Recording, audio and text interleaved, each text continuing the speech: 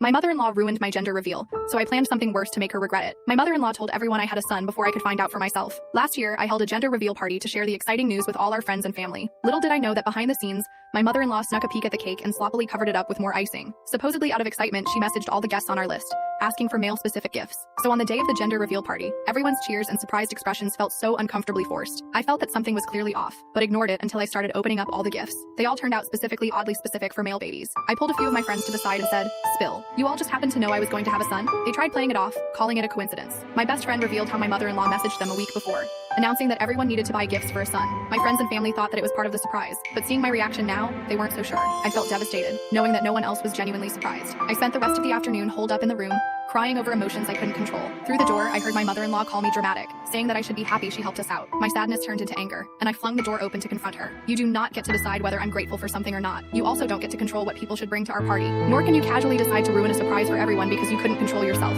Her mouth hung open, and she began crying into my husband's arms, talking about how she just wanted to help us out. My husband stood there looking conflicted on whose side to take. With a quivering lip and gentle voice, she told my husband how she promises not to do it again for the second baby. I slammed the door, hating how instead of taking accountability, she tried to play the victim. I promised to get back at her. The following year, for her big 60th birthday, I suggested we host a surprise party. My husband happily agreed, forgetting last year's fiasco. Instead of sending out invitations for her birthday, I sent out invites for another gender reveal, asking for general baby-related gifts. On the actual day of the party, my mother-in-law walked through the doors, blowing kisses like a celebrity on the red carpet. She looked a little confused by the blue and pink decorations, but said nothing and focused on greeting all the guests, thanking me and my husband for the surprise party. I smiled back and said, "Oh, there's an even bigger surprise later. I really hope you'll like it." I gathered everyone's attention to let them know that we're blowing out a birthday cake before getting to the main event. Everyone sang and clapped for her. After her little speech, I grabbed the microphone and announced the start of the main event. My mother-in-law raised an eyebrow, wondering what more I had planned, and I smiled. Another larger cake was brought out. My husband looked a mix of nervousness and surprise. I asked him to slice the cake in front of everyone to reveal the gender of our second baby. His hands shook as he sliced the cake, and he looked over at his furious mother. I happily turned to the crowd once the color on the slice was revealed and announced that we were pregnant with a girl. Everyone gasped and cheered, clearly genuine this time, while my mother-in-law faded out into the background. My husband pulled me to the side to call me out on my scheme, but I shrugged it off.